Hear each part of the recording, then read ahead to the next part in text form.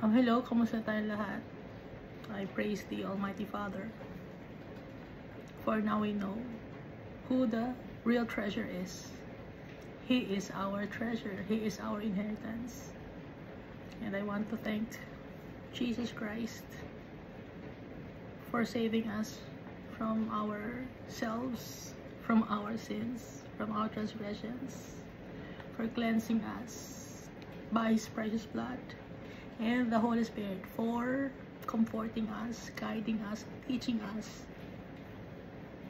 the ways of our Father and of Jesus Christ, reminding us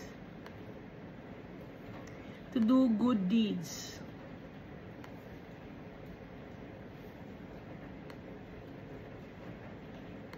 And if we have the Holy Spirit in us, meron tayo dapat na love, joy, peace, forbearance, kindness, gentleness, faithfulness, goodness, and self-control.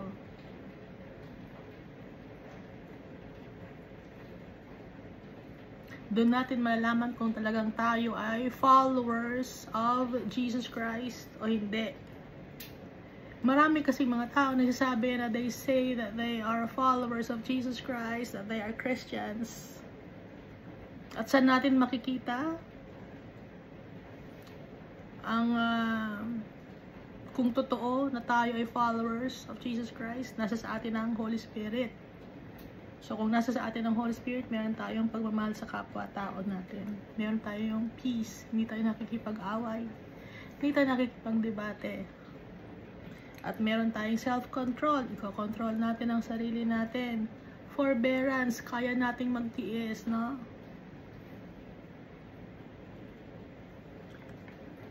At meron tayong goodness. Kabutihan ng loob. Faithfulness. Faithful tayo kay Jesus Christ at kay Almighty Father. Kindness. Kind tayo sa mga tao. At gentleness, gentle tayo makipag-usap sa tao, hindi tayo makikipag-sigawan o makikipag-away sa kalye. Hindi tayo makikisali sa gulo. Dahil yung buhay natin, magulo na, sasali pa tayo sa gulo ng mundo na to. Bakit? Hindi tayo sasali. Kung sariling buhay natin magulo na, nakikisaw-saw pa tayo sa iba, wag na, no? Diba? Sarili na natin ang ating pagtuunan ng pansin. Ha? Kasi nakikita ko sa internet, ang daming away, no? Kasi late na ako sumali sa social media, yung nag-start sa letter T. Late na ako sumali. Gulat ako. Ganun pala doon. Ang daming awayan, ganon. Ang daming mga diskusyonan. Nakakapagod. Parang ano nagagawa ng tao to. Kaya ako napunta ron kasi may nakilala ko online, tapos nagbebenta siya ng online din ng lipstick, no? Sabi ko, gusto kong maging friend siya, gusto kong matuto kung paano maglagay ng lipstick. Kasi hindi ako marunong, di ba? Kaya ako nakapagpa-download ng ganun na app dahil sa kanya, dahil yun ang kanyang doon siya merong account. Ang dami palang tao doon, hindi ko alam. Magulo doon. Akala ko magulo na doon sa blue app. Ay, blue app. Maroon na akong tawag ng blue app, orange app. Akala ko doon lang, mas magulo pala doon. Hindi ko alam. Lately ko lang nalaman. Delayed na yun. Masyadong delay ako sa mga kaganapan. Kaya tayo, isipin natin, si Almighty Father, hindi tayo magsasali sa mga kung ano ng gulo, nakikisaw-saw na. At kung makikisali man tayo, i-pacify natin, wag tayong initiate ng away, kundi i-promote natin yung peace that comes from the Holy Spirit, from our Father, from Jesus Christ.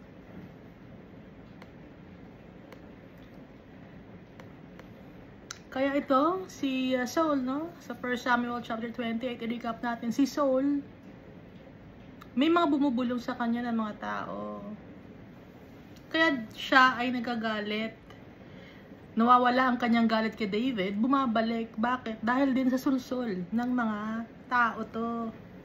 Kaya, di ba, first time nagkasundo na sila ni David. And then, dadating na naman yung sulsol. Tapos siya na naman di-disappoint na naman siya, mag-discourage na naman siya, magiging anxious na naman siya. Kaya bumabalik, no? Kaya, kung gusto natin ng tahimik na buhay, mag-pray tayo kay Almighty Father.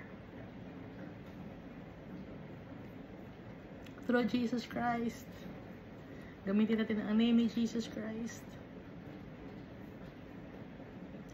So, dito, sa 1 Samuel chapter 28, gaya ni David, ayaw niya ng gulo. So, dahil sa ayaw niya ng gulo, na ayaw niyang makaaway, si Saul, nagpunta siya sa land of the Philistines, kay Achish, king of Gath. Kasi gusto niya na muna ng time out. Manahimik muna, ganon. Pero itong si Achish and other kings of the Philistines, kasi 5 silang king ng Philistines, di ba? Yung Gaza, Ashkelon, Ekron, itong Gath, ano ba yun?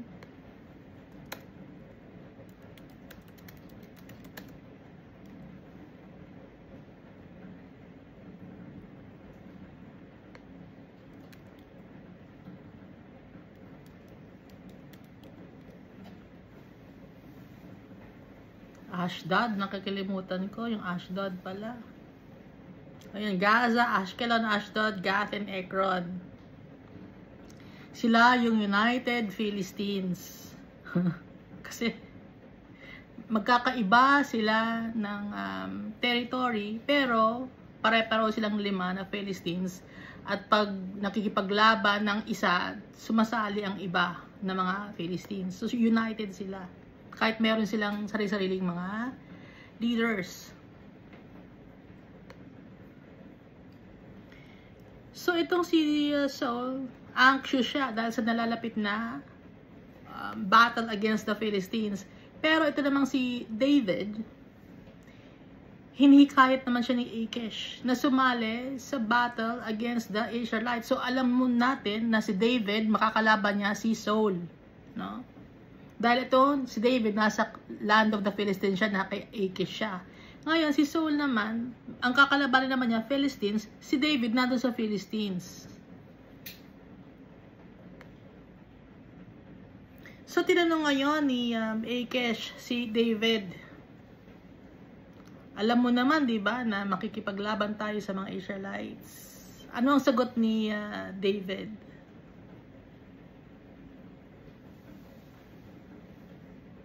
Surely you know what your servant can do. Hindi niya sinabing yes. Hindi niya sinabing no. Ang sagot niya, alam mo kung anong kaya kong gawin. Yun ang sagot ni David. Wise. Ang napaka-wise ni David. Calculated move ang ginagawa ni David. At alam natin na nasa sa kanya si Almighty Father. Dahil anointed siya by the Holy Spirit. At kasama niya si Abiathar. At si Abiathar, nasa kanila yung ephod. So, kung ano man mga major decisions na gagawin, kinukonsulta nila kay Almighty Father with the use of the Urim and Thummim. Ngayon, itong si Saul naman, hindi mapakali. So, ang ginawa niya, lumapit siya sa isang medium dahil hindi siya sinasagot ni Almighty Father. either by dreams, or by Urim, or by the prophets. Dahil galit sa kanya si Almighty Father. Kaya naghanap siya ng isang medium para makausap niya si Samuel. Instead na magpakumbaba si Saul kay Samuel, kay Almighty Father, ang ginawa ni Saul ay tumawag pa ng medium para lang makausap si Samuel.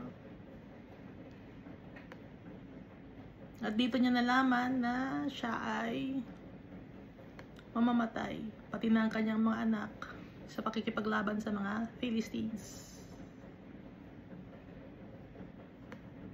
At dito, inulit din na kaya galit sa kanya si Almighty Father kasi disobedient siya sa voice of the Almighty Father, and he did not execute the fierce wrath of God upon Amalek. No? At saka, arrogant siya. Hindi na nilagdag dito. Gumawa siya ng sariling monumento niya para sa kanyang sarili. Bigyan niya ng pugay or isinelebrate niya ang sarili niya. Wala sa isip niya si Almighty Father. Naaalala lang niya si Almighty Father pag merong mga wars or battle. Pero yung i-prioritize niya si Almighty Father, i-glorify niya si Almighty Father, wala kay Saul.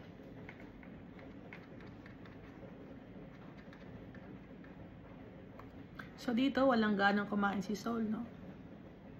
Kaya nang hina siya at inihanda siya ng pagkain ng medium. Para makakain siya, magkaroon siya ng strength. So dito tayo sa 1 Samuel chapter 29. So alam natin na si David, nandun siya sa land of the Philistines. Binigyan siya ng sarili niyang place or town, yung Ziklag. Inalaw ni Almighty Father na tumira si David sa land of the Philistines. Bakit? Magkakaroon siya ng land, Ziklag. So, napunta sa kanila yung Ziklag.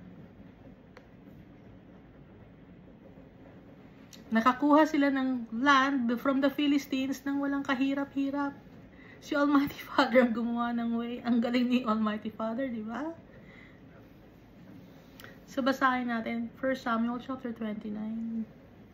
Then the Philistines gathered together all their armies at Aphek, and the Israelites encamped by a fountain which is in Jezreel. So, yung Jezreel nasa, ito ay Megiddo ngayon.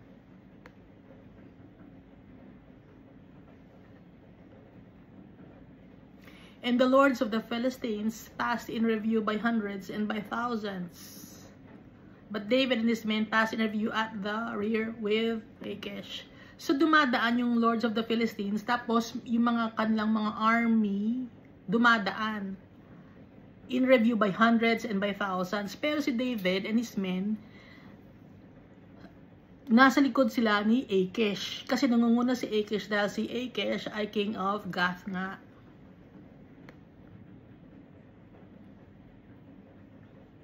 At yung sword ni Goliath na isang Gath na kay David, no? Verse 3, Then the princes of the Philistines said, What are these Hebrews doing here? Sabi ng isa sa mga lords or princes ng mga Philistines, ano ang ginagawa ng mga Hebrew dito? Kaya Hebrew dahil si David ay isang from the tribe of Judah. Judah, Jew, Hebrew, Hebreo, no? Hudyo, yon. Okay? And Achish said to the princes of the Philistines, Is this not David, the servant of Saul, king of Israel, who has been with me these days, or these years? 1 year and 4 months. And to this day I have found no fault in him, since he defected to me. Nakisali siya sa akin. He joined with me. So, meron kaming harmonious relationship ni David dahil lumipat siya sa akin. At nakatira siya sa akin, sa lupain namin, ng 1 year and 4 months na. Hindi mo ba siya kilala? Siya yung servant ni Saul, yung king ng Israel. Sabi ni Achish sa 4 na kings or lords or prince of the Philistines. Verse 4, but the princes of the Philistines were very angry with him. So the prince of the Philistines said to him, pero yung mga Philistines, galit sila kay David.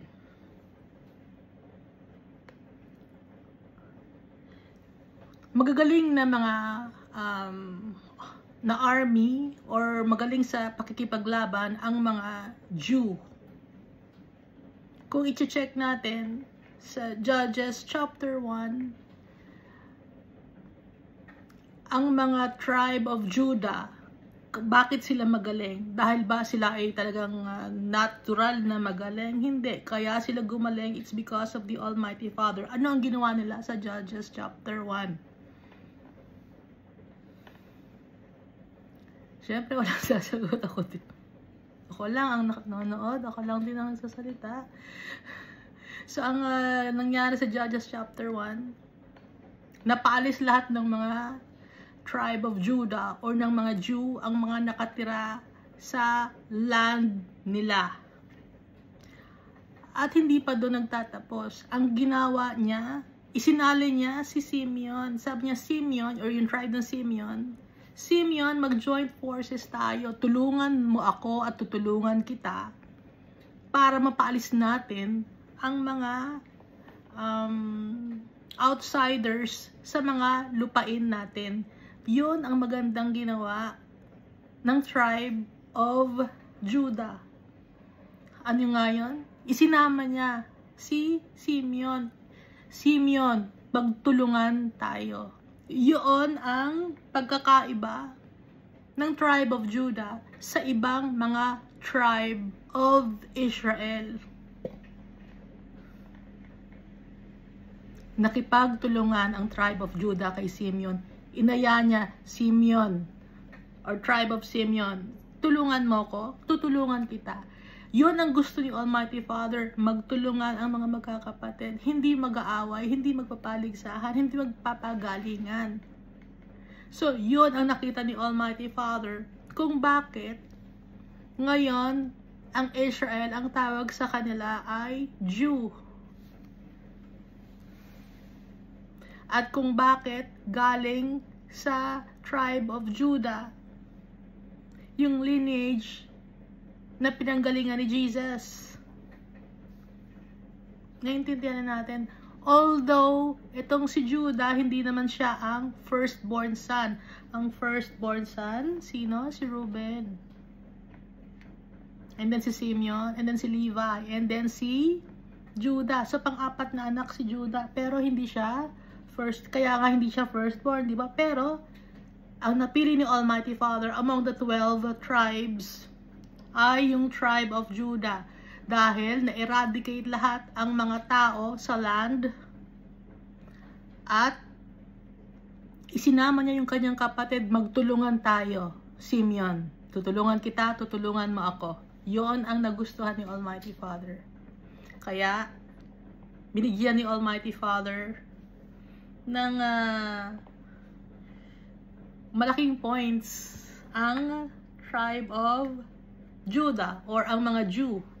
Kaya ngayon, ang tawag sa mga tao sa Israel, sila ay mga Jewish, no? At nung bumalik sila from war against the Assyrians, saan sila nagbalik na lugar?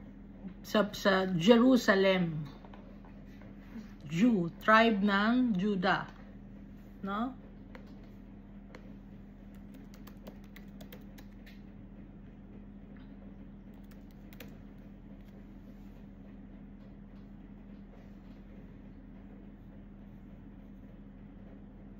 So, naintindihan na natin kung bakit nawala yung ibang mga tribe.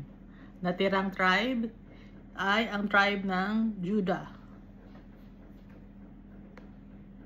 Siya ang namumukod tangi.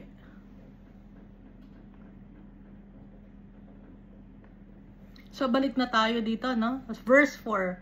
But the princes of the Philistines were angry with him. So, the prince of the Philistines said to him, make this fellow return. Si David, ibalik niyo siya. Pabalikin niyo siya. Huwag natin siya isali. That he may go back to the place which you have appointed for him. Bumalik na sila ng Ziklag. Di ba yun ang binigay mong lupa sa kanila? Doon na sila bumalik. And do not let him go down with us to battle. Huwag mo silang isama sa atin sa pakikipaglaban against the Israelites. Lest in the battle, he become our adversary. Dahil, pag nag-away-away na tayo, nag-umpisa na yung battle or yung war, magiging kalaban natin, si David, yung kasama mo. So, takot sila kay David, no? For with what could he reconcile himself to his master, if not with the heads of these men? Magiging magkasundo sila ni Saul. Dahil, pag natalo niya tayo, magkakasundo sila ni Saul. Okay? Kaya pabalikin mo na sila. Yun ang ibig sabihin ito. If not with the heads of these men. Magkakasundo sila ng kanyang master na si Saul. Pag napatay niya tayo, pag natalo niya tayo, magbabalik siya kay King Saul. Verse 5, is this not David of whom they sang to one another in dances, saying, Saul has slain his thousands, and David his 10,000. Hindi ba ito si David, yung sineselebrate nila? Naggumawa pa nga sila, di ba, ng kanta, na Saul has slain his thousands, and David his 10,000. Verse 6, then Achish called David and said to him, so tinawag ngayon ni Achish si David, surely as the Lord lives, you have been upright. Alam mo, David, maayos kang tao, sabi ni Achish. And you're going out and you're coming in with me in the army is good in my sight. So, maayos kang tao, okay sa akin lahat ng mga ginagawa mo. Wala kang kasalanan sa akin, David. For to this day, I have not found evil in you. Hanggang sa ngayon, wala akong nakitang masama na ginawa mo. Since the day of your coming to me, nevertheless, the Lord do not favor you. Simula pa, nung bumalik ka sa akin or nagpunta ka sa akin, wala akong nakitang masamang ginawa mo against sa akin or ninakawan mo. Wala akong nakitang kamalian. Puro tama lahat ang ginawa mo. Pabor ako sa iyo. Pero, nevertheless, the Lords do not favor you. Yung mga kings na mga kasama ko, yung 4 na king, hindi kanila gusto kasama.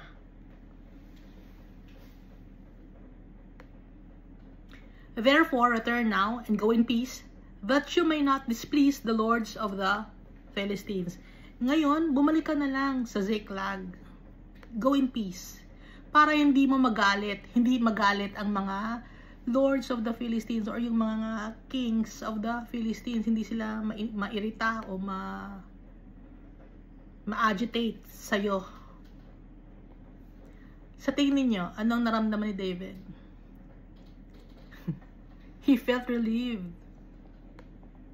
Dahil si David, malaki ang respeto niya kay King Saul, di ba? Lagi niyang inuulit-ulit, you are the anointed of the Holy God, of the Almighty Father. Anointed ka, hindi kita sasaktan. So, David felt relieved. Pero bakit nandito siya, sumali siya, or sumama siya kay Achish sa battle? Remember na dala-dala nila yung ephod, si Abiathar. So, tinatanong ni David si Almighty Father, pupunta po ba ako isasama po ba ako kay Achish? Sige, sumama ka, sabi ni Almighty Father.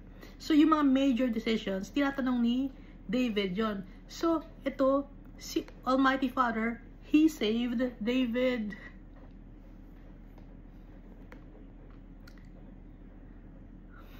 Ganon si Almighty Father. Yung akala natin wala nang pag-asa. Hindi, ito na yun eh. Akala lang natin. Pero ibigay natin lahat kay Almighty Father.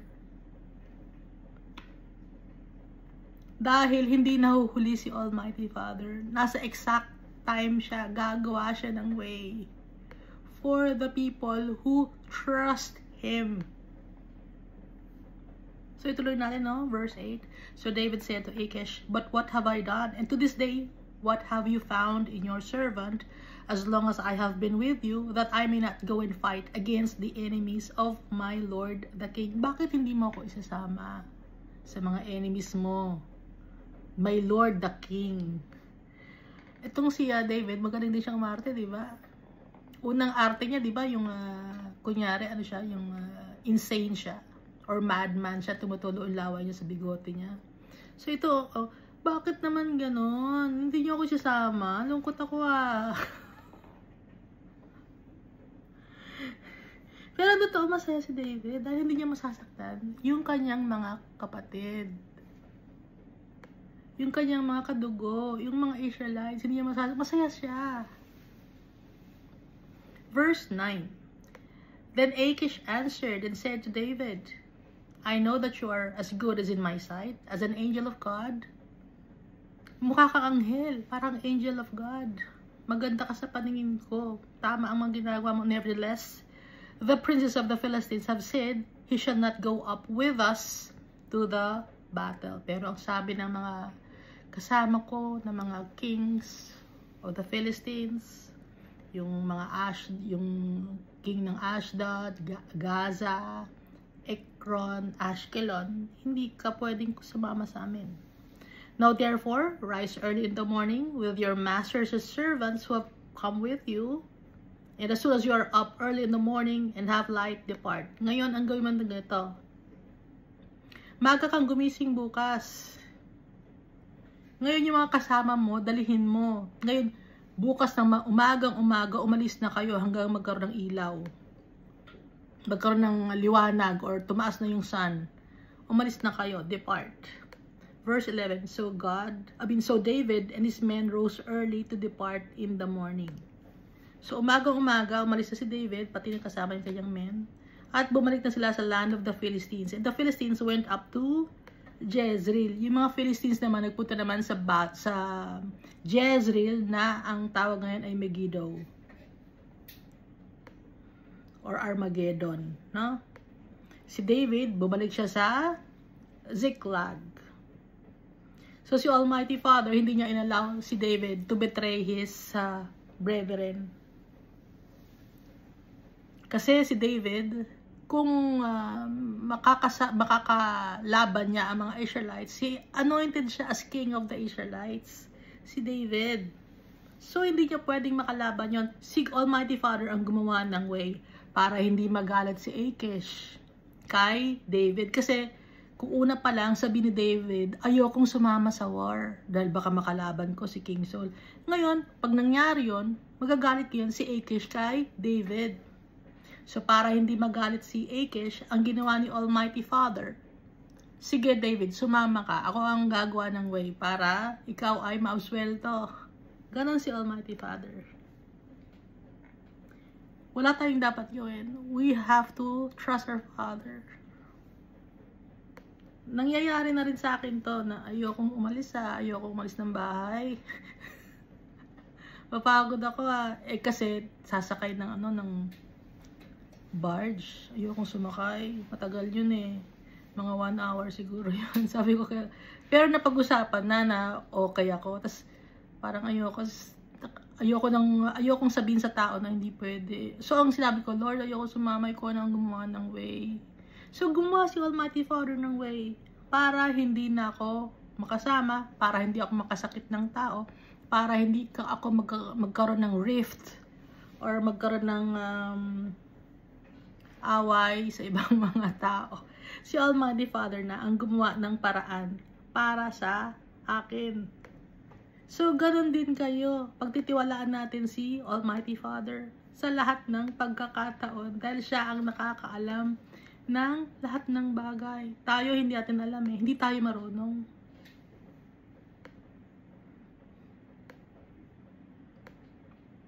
So, ito yung 1 Samuel chapter 29.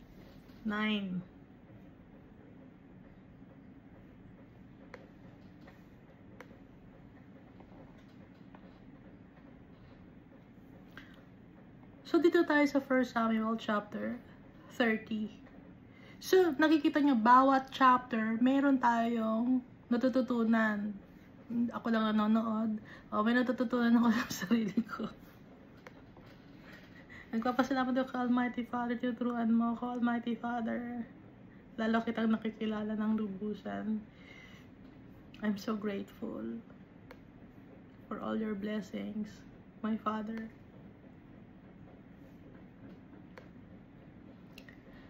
Dito naman tayo sa 1 Samuel chapter 30. Now it happened when David and his men came to Ziklag on the 3rd day. So umuwi na si David. Galing sa saan nga to sila nagkaroon ng encampment.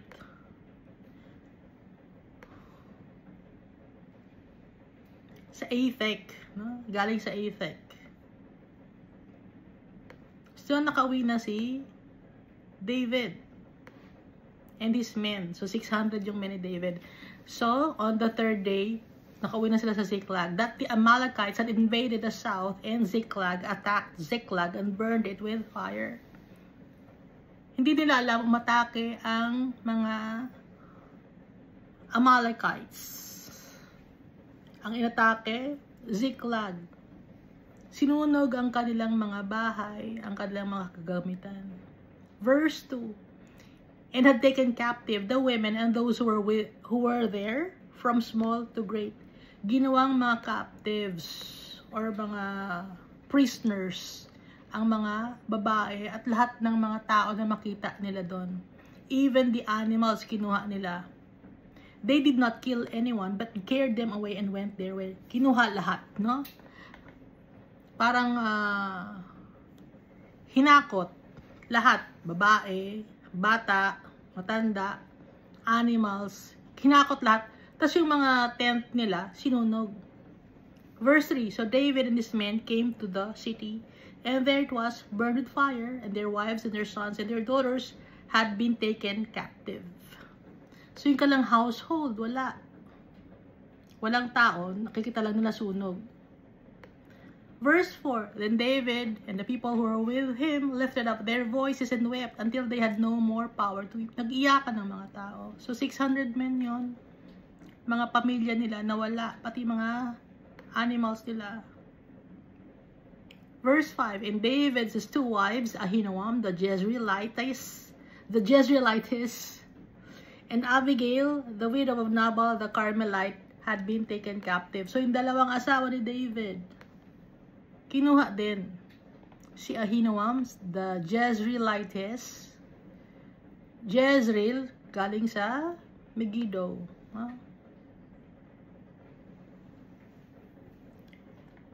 And Abigail, the widow of Nabal, the Carmelite. Si Nabal na fool. Captives or prisoners. Verse 6, now David was greatly distressed. For the people spoke of stoning him. Stress na si David. Dahil yung mga tao, nag-usap-usap, batuhin na natin to si David, kundi tayo David, tahimik sana ang buhay natin. So problema si David. So hindi lang tayo may problema, si David din problema rin. Kasi si David totoong tao siya, tayo rin tao. May pare-pareho tayo ng mga problema, pare-pareho tayo ng mga pinagdadaanan sa buhay.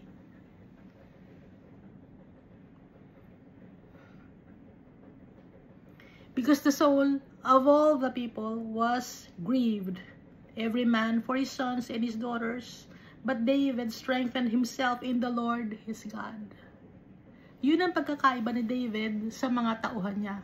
Ang mga tauhan niya, gusto siyang patayin, stoning him. Kasi pag binato siya ng bato, madami sila, syempre mamamatay si David pag binato siya ng bato eh.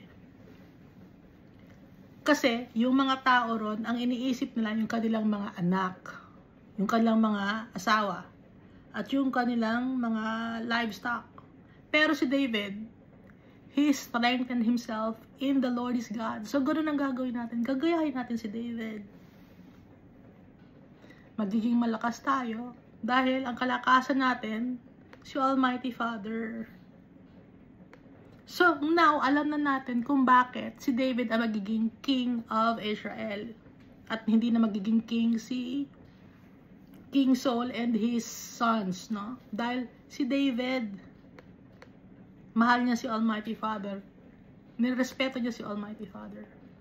Verse 7, then David said to Abiathar the priest, Ahimelech's son, please bring the ephod here to me. And Abiathar brought the ephod to David. Sabi ni David kay Abiathar, the priest, kasama nila yon. Si Abiathar, anak ni Ahimelech. Si Ahimelech pinatay ni Dog sa utos ni Saul, no? So, please bring the ephod here. Dala ng ephod. At alam natin na sa ephod, may breastplate, inulit ko, and underneath the breastplate, nandun nakalagay yung Urim and Thummim. So, pag gusto nila ng lupa, no, nagka-cast ng lots, yun ang ginagamit, Urim and Thummim. Verse 8, so David inquired of the Lord, saying, shall I pursue this troop? Tapos gagamitin nila yung Urim and Thummim. Shall I overtake them? Gagamitin ng Urim and Thummim to talk to the Holy Father. And he answered him. So, sumasagot si Almighty Father through the Urim and Thummim. Kasi walang prophet. Ang meron sila, yung priest, dala-dala yung ephod na may Urim and Thummim. So, ang sagot ni Almighty Father, pursue, for you shall surely overtake them, and without fail, recover all. Habulin nyo sila, dahil mahahabol nyo sila, ma-overtake nyo sila, at ma-recover nyo lahat ng mga kinuha sa inyo. Lahat-lahat. Sabi ni Almighty Father. So, this was a test for David.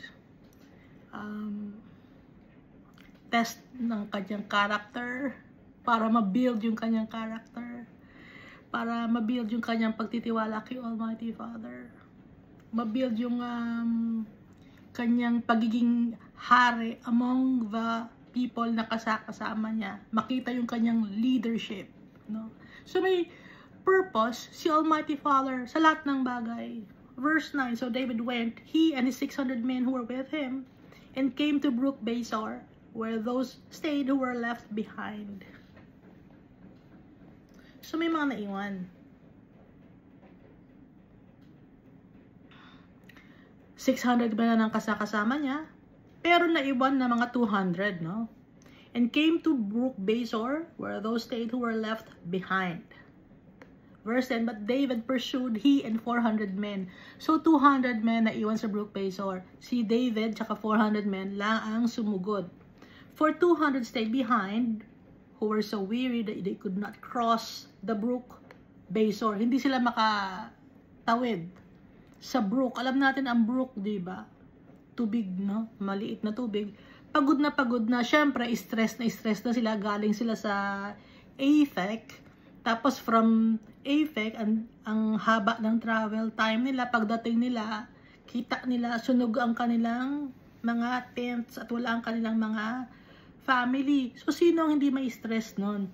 So, ang may lakas lang ng katawan at lakas ng loob nung time na 400 men and David. So, may naiwan na 200. Hindi nila kaya.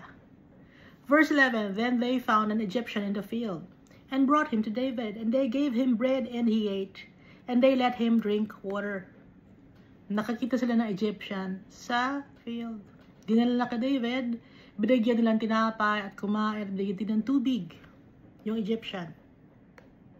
Nag-iisa lang. Gutom na gutom. Verse 12, and they gave him a piece of a cake of figs and 2 clusters of raisins. So when he had eaten, his strength came back to him, for he had eaten no bread nor drunk water for 3 days and 3 nights. So walang inom ng tubig, walang kain ng tinapay, 3 days and 3 nights.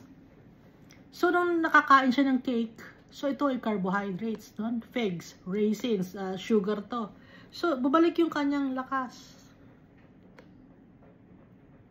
Bumaba na ang kanyang insulin level. Kaya kailangan ipatasin ng insulin. Nagkaroon siya ng strength. Ha?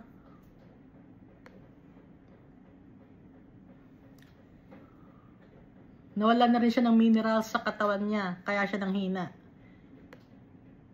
Kasi may mga magnesium tong mga raisins and figs, saka yung cakes, no?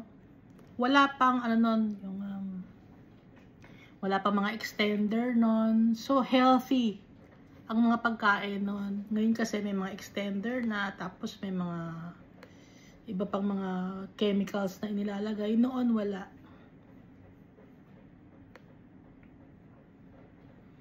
His strength came back to him, for he had eaten no bread, nor drunk water for 3 days and 3 nights. Verse 13, Then David said to him, To whom do you belong, and where are you from? Sino ka? At saan ka galing? Sino ang may-ari sa'yo? And he said, sabi ng lalaki, I am a young man from Egypt. Galing ko na Egypt. Servant of an Amalekite, and my master left me behind, because 3 days ago I fell sick. Servant ako ng Amalekite. Tapos yung boss ko, yung may-ari sa akin, iniwan niya ako kasi meron akong sakit 3 days ago. Boss ko, Amalekite. Pag sasabing Amalekite, from the lineage of Amalek, no? Na lahi ni Timna at Eliphaz. Diba? Ay, Amalek, Timna. Tama, si Timna. So, si Timna, concubine ni Eliphaz, or Eliphaz, na anak ni Esau.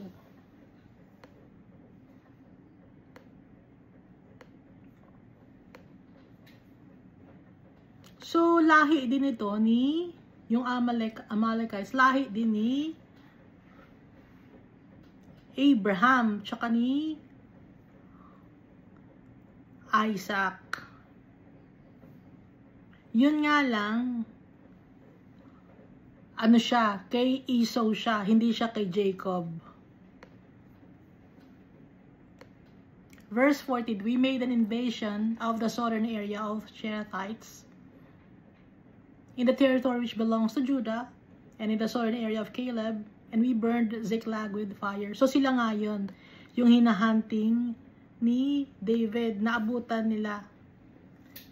Inamin naman ng itong Egyptian na to, na servant ng isang Amalekites, na sila ang sumunog sa Ziklag at in-invade nila ang area ng Cherethites na nakasali ng Judah's tribe at saka ng southern area ng Caleb.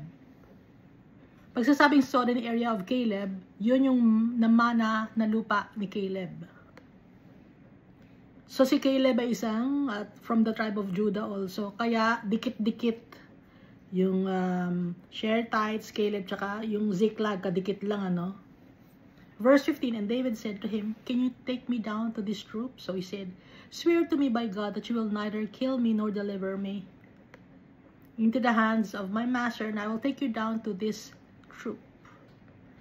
Ipangako mo, hindi mo ko papatayin or ibibigay, or hindi mo ko ibibigay sa master ko, kasi pag binigay mo ko, papatayin ako nun eh. Pero dadaling kita doon sa troop na yon, basta ipangako mo lang sa akin na safe ako. Verse 16, And when he had brought him down, when he had brought him down, there they were spread out over all the land, eating and drinking and dancing. So nag-celebrate itong mga Amalekites. Kasi ginaid sila ng Egyptian servant ng Amalekite sa lugar kung saan ang kanilang camp. Nakita nila ito, nagiinuman, nagsasayawan, nag-celebrate, parang may feast, no? Dahil marami silang mga loot or booty or plunder. Because of the great spoil, no? Which they had taken from the land of the Philistines and from the land of Judah. Malaki ang kanilang nakuha. Madami. Hindi lang alahas, hindi lang mga animals, pati mga bata, matanda, mga babae, no? Mga garments na magaganda, kinuha rin nila. So niransak nila, tapos yung mga bagay na sa tingin nila ay basura, sinunog nila. Verse 17, Then David attacked them from twilight until the evening of the next day. Not a man of them escaped, except 400 young men who rode on camels and fled. So 400 young men lang ang nakatakas among the Amalekites. Sumakay ng camel. Bakit nakatakas? Dahil yung camel, matangkad, mahaba ang legs nun. Pag nagtakbo ang camel, mabilis. Kumpara sa donkey. So kung nakasakay ng camel, so makakatakas nga yun. Kasi yung stride ng camel malaki, mahaba. So David recovered all that the Amalekites had carried away. So David rescued his 2 wives. So na-rescue ni David yung kanyang 2 asawa at nabawi niya from the Amalekites ang lahat ng mga kinuha sa kanila. Verse 19, and nothing of theirs was lacking. Walang nawawala, either small or great, sons or daughters, spoil or anything which they had taken from them. David recovered all. Nabawi lahat ni David. Inalaw ni Almighty Father to. It's God working. The hand of God working, no? Para kay David. Verse 20, then David took all the flocks and herds they had driven before those other livestock and said, this is David's spoil. Inalaw ni Almighty Father to prove to the people, to the Israelites, to the Jew, na capable si David to lead his men.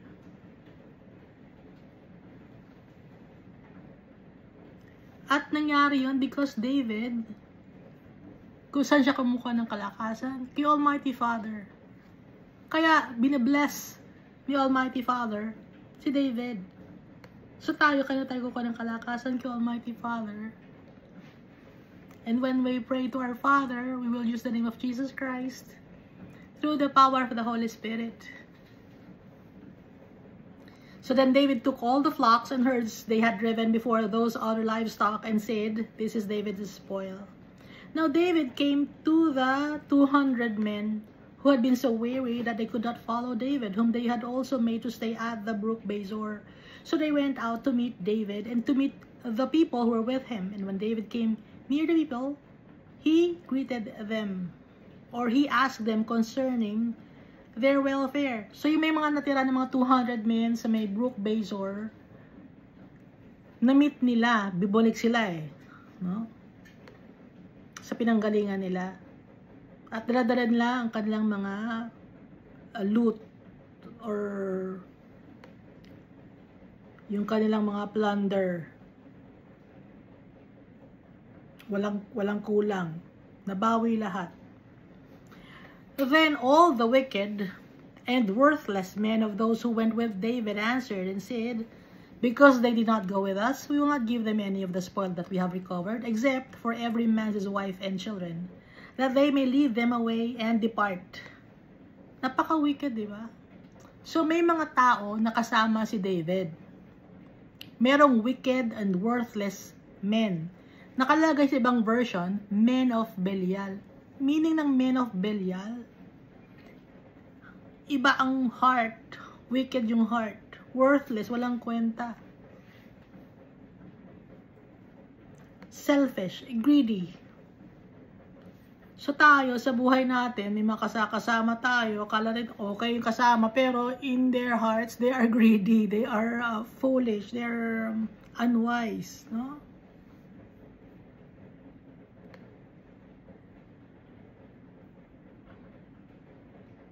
Greedy sila, ayaw nilang bigyan ng hati yung mga naiwan na mga 200 men. Ang bibigay lang yung kanilang asawa at sa kanilang mga anak, pero yung tungkol sa mga livestock, tungkol sa mga kung anumang mga material gains na nakuha nila or spoil, hindi nila ibibigay. Yun ang gusto nilang mangyari. At paalisin or palayasin dahil hindi naman kayo sumama, nahirapan ba kayo? Hindi naman kayo nahirapan, di ba? O bakit kaming kayo kabibigyan?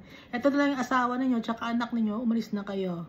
Ganun ang gustong mangyari ng mga men of Belial na kasama ni David, or worthless and wicked men. Pero si David, his heart was different. Verse 23, but David said, my brethren, you shall not do so with what the Lord has given us. Huwag kayo ganyan. Dahil si Almighty Father, binigyan niya tayo ng blessing. Who has preserved us and delivered into our hand the troop that came against us. Si Almighty Father, siya ang nag-preserve sa atin, siya ang nag-deliver sa atin, kaya tayo nanalo against the Amalekites. Kaya huwag kayong swapang, huwag kayong greedy. So tayo, may mga blessings tayo sa buhay natin, hindi natin bibigyan, hindi tayo hindi tayo sasali. Awayin natin sila, hindi naman sila sumama. Huwag tayong magyabang kasi yung mga bagay na nakukuha natin, hindi natin makukuha yon kung hindi yung inalaw ni Almighty Father. Kung hindi si Almighty Father nagbigay sa atin. Verse 24. For who will heed you in this matter? But as his part is who goes down to the battle, so shall his part be who stays by the supplies. They shall share alike. Pare-pareho, pantay-pantay. Kung sumama kayo, magbibigay kayo. Kung hindi kayo sumama, nagbantay ka ng supplies, mabibigyan din kayo. Pantay-pantay lahat tayo. Sabi ni David. Verse 25. So it was, from that day forward, he made it a statute and an ordinance for Israel to this day. So naging law na yon or ordinance na sasama man sa battle or hindi, pantay-pantay mabibigyan ng mga spoil, no, or bounty or loot. Walang lamangan. Dahil magkakapatid naman bakit maglalamangan pa? At kaya lang naman nananalo, it's because of the Almighty Father. Wala tayong magagawa on our own. Kaya tayo lahat ibibigay natin kay Almighty Father. Ayaw ni Almighty Father ng selfish. Ayaw ni Almighty Father ng greedy. Kasi si Almighty Father is very giving. Si Jesus Christ is very giving. Even His life, He gave it to us.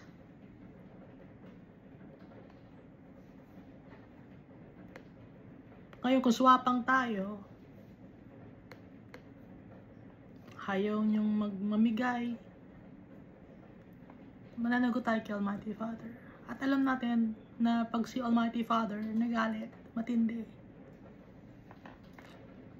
Verse 26, now when David came to Ziklag, he sent some of the spoil or booty to the elders of Judah, to his friends, saying, here is a present for you from the spoil of the enemies of the Lord.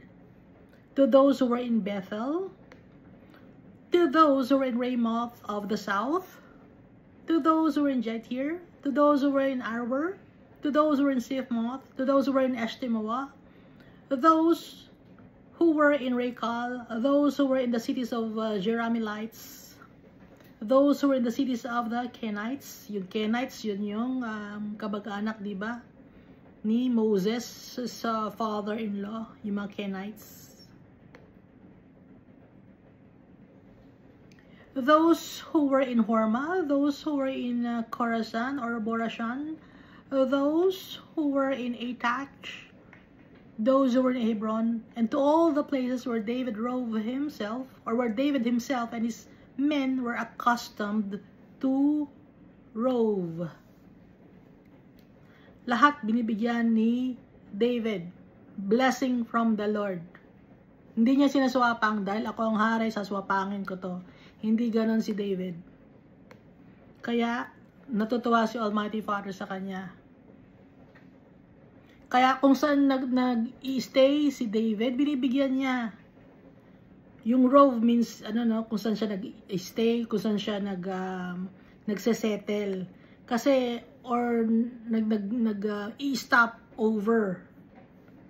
Binibigyan ni David. So, yung mga lugar na itong binanggit, Hebron, Atach, Khorasan, Hormah, cities of the Kenites, cities of the Jerahmeelites, Rekal, Eshtemoa, Siphmoth, Arber, Jethir, Ramoth of the south, Bethel, his friends, the elders of Judah, lahat ito, nakatulong sa kanya. Kaya binibigyan niya rin ng tulong. Sinishare niya yung kanyang blessings. So tayo, share natin ang ating blessings. May mga tao na hindi nila kaya mag-share ng blessings, materially speaking. But, we can share blessings by praying to them. Dahil hindi ako mayaman, wala akong, pagmamayari. Ang sinashare ko sa inyo, tunay na kayamanan. Si Almighty Father. At yung kingdom of Jesus Christ that will never end. Yun ang sinashare ko. Dahil wala akong may bibigay sa inyo. Pero si Almighty Father, ibinibigay ko sa inyo. Binibenta ko sa inyo. Walang bayad, libre. Dahil mabait si Almighty Father, He is good. He's faithful. Very loving. Very caring. Humble.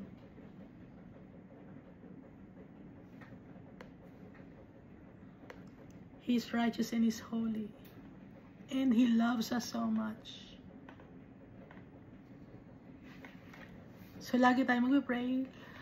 Acknowledge our Father always. Isama natin lahat, lagi, sa kung ano man ang desisyon gagawin natin, gaya ng ginagawa ni David. At ngayon, we have our Savior, Jesus Christ. At mapapatawad na tayo sa ating mga kasalanan. Hindi tayo mag-iintay pa ng 1 year para humingi ng kapatawaran. Dahil kay Jesus Christ. Magpipray tayo kay Jesus Christ. Dahil papatawad din ng kasalanan si Jesus Christ. For He is God also. Thank you, and God loves us all so much.